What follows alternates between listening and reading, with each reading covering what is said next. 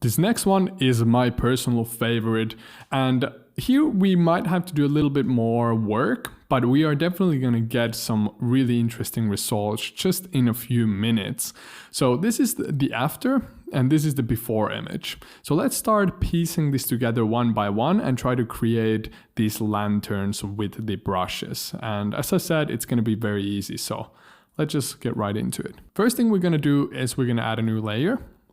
And we are going to go to the lantern section. And I'm quickly going to explain what these lanterns basically do. So first we have the lantern light, which we're going to use later to enhance some of the highlights in the lanterns. Then we have a big lantern brush that basically randomizes lanterns for us every time we brush. So you can see when I brush here, we're getting some really interesting lanterns into the sky.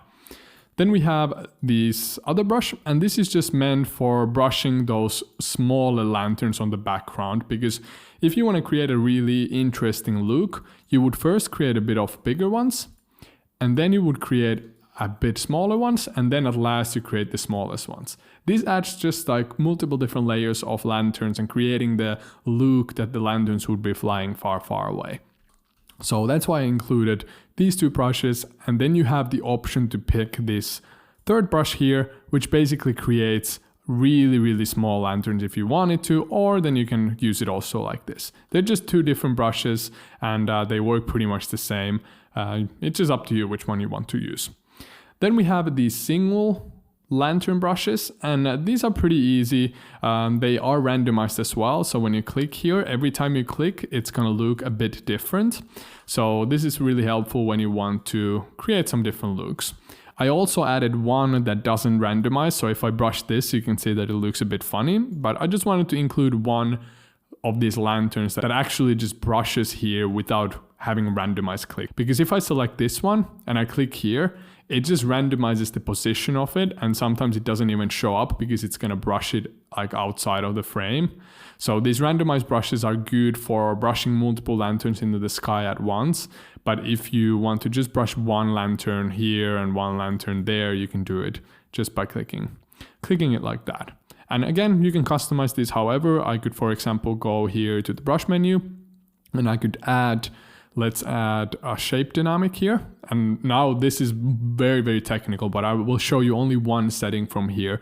So we could do it in a way that every time you brush, the size changes a bit, and every time you brush, the angle changes a bit. So now every time I brush, we're getting the same lantern in different sizes, but it just angles a little bit, and I think that can be pretty helpful. You can also flip the X jitter here, which means that every time now you brush, it also might change the orientation of the brush. So here you can see this one is to the right side and this one is leaning to the left side, and those are just really cool ways to then customize them further if you want. But I personally think they're pretty well customized right how they are, so let's not waste any time trying to customize them further. So let's start with the big lanterns.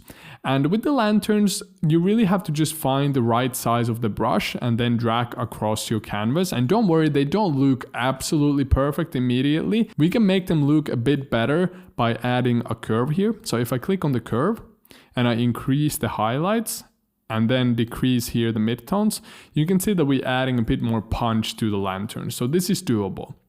But again, if I would be adding a clipping mask here and increasing the brightness, you can see that it just takes the color off. And this is because, again, this is not a texture, it's just color that it's brushing there.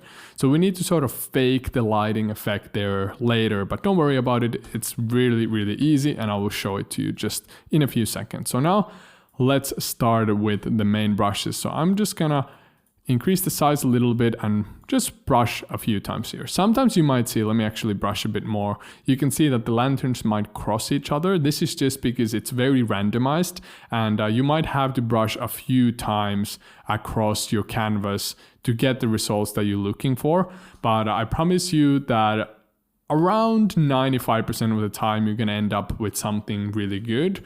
But then there's that 5% that when they just overlap each other and it starts to look weird. So just try to find the perfect size and brush a few times across your canvas, and you should be good to go. I'm gonna leave it at this now. I'm not gonna try to get as perfect shape as here, but you get the idea. You just need to brush a few times, and maybe let's add one big one there.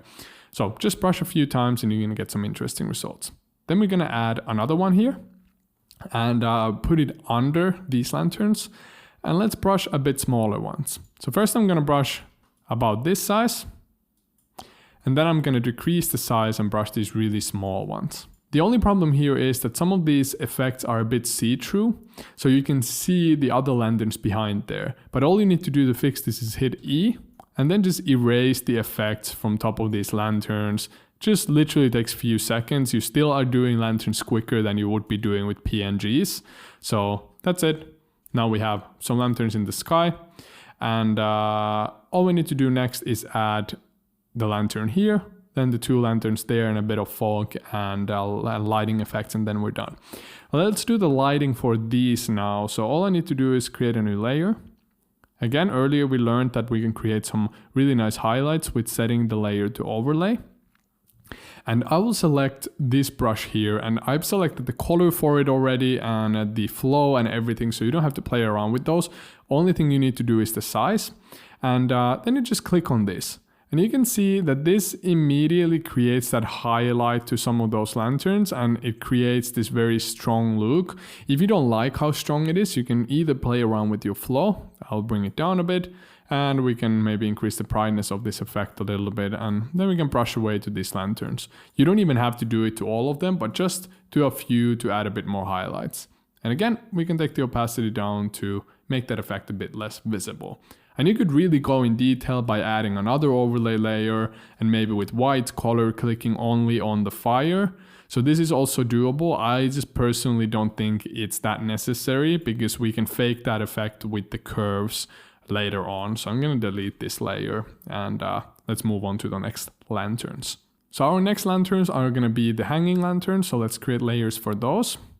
And I'm actually going to group these. So hold Shift and then click on both of them, Ctrl G to group, and then these are also going to be grouped. So we have sky lanterns, and then we have pole lanterns, or stick lanterns, whatever you want to call them. Then I'm just gonna pick the lantern from here, this one, let's resize it, and just click here. Then we're gonna create another one, this one, and select a new layer, and then we're just gonna click on it. Then we're gonna create a new layer for these, select overlay, and then select the light brush again. And now all you need to do is click on the middle a few times. So once here, and then a few times in the middle. And here I found out that if you press white and click once in the middle, you're gonna get some really realistic results. So just by adding a bit of light, we're creating a bit more realistic look for the lanterns. Then let's add the big one. So this big one is gonna be again in a group, and this is the big lantern. It's good to organize this just to stay a bit more on track. Where do you have effects? So let's click here and add this lantern. And I'm going to click it here. But what I want to do with it is turn it a bit. So I will hit Ctrl T and let's flip it. Flip horizontal. And then I'm going to resize it and let's put it here onto the girl's hands. And then we're going to do a bit of masking. So I'm going to click on the layer mask icon. Select the normal brush. Make it harder, smaller, and zoom in. And then you can see a bit through from here. So the finger was here, so I'm gonna mask that out, and then here she had other fingers. So just by masking that out, it looks a bit more like she's actually holding it. And then we do the same thing. New layer, let's set it to overlay, and then we pick the light brush, click here, and then let's do white, click here again, and just like that we have fixed the lighting. I also like that the top is a bit darker in these lanterns that appear to be a bit closer. So I usually add another layer and I clip mask it to the lantern itself. And then I select a normal brush and I decrease my flow. Sorry for being so quick again. I just want to show what I mean. So just with the small flow, I can brush a bit darker color on the top of the lantern. So I will sample a color from the sky. And then I can just brush here on top of the lantern. And this creates a nice shade for it, maybe even a bit darker. And by taking the opacity down, we can create that nice look. So now we have a bit more darkening effect on the top. And you could go super in detail with the lighting again. So if you want to add a bit more overlay effect to it, you could even with this normal brush add a bit of glow by selecting a bright orange color and then just adding a bit of this highlight here, and that's it. Now we have light on this lantern and all of the other lanterns as well. And the next thing we can do is add a bit of light with the grass brush here to the floor. And this is also quite easy. I will just create a new layer, set this to overlay. Then let's pick our brush. I'm actually going to take the grass brush this time. And since we are painting, I'm just going to use maybe this one. And all we need to do is change the color because it comes with a greenish color as a default. So let's increase the brightness of our brush, decrease the flow of our brush. And all we need to do then is just come here and brush a bit of highlights here to the grass. So this is essentially just the light coming from the lantern. Maybe we need to increase our flow a little bit here so you can actually see that something is happening. So just by adding a bit of a light here, we're gonna get some more realistic looking light. And this brush is really good for brushing highlights on grass. I highly recommend you to use it like that as often as you can. Because right now, if I turn this on and off, you can see that that looks pretty realistic. Okay, only thing left to do is to just play around with the contrast and a bit with the hue of the lanterns. So let's add a curve here. And I'm going to put it above this folder. And let's just boost the highlights a little bit and then decrease the midtones a tiny bit. And this adds a really nice looking contrast to the lanterns. Then I'm going to add a bit of blue from here to the shadows. So just let's up this blue from the shadows a tiny bit. And that adds a pretty nice effect. Last thing I will do is I will add a hue and saturation here. And I will play around with the saturation. You can either play around with the saturation on each layer separately or as a whole here on top of everything. Here with this hand tool, I can pick a color. So click on this hand, then select the color, which is in this case red or yellow. And then you can play around with the hue to get a bit different color to the lanterns. I think I prefer a bit more reddish look on them, so I would just do this. Maybe even desaturating them, just a tiny bit. So now we have a bit more red lanterns. Maybe that was a bit too strong. So let's decrease the opacity. And I also don't like how saturated this lantern is. So we can go separately to the pole lanterns and then we can add a hue and saturation here. Let's clip mask it by holding Alt or Option on Mac in between here. And then we can take the saturation down. We can also make it a bit more red if we want to, but I think I am not going to do that. So let's just keep it like it was.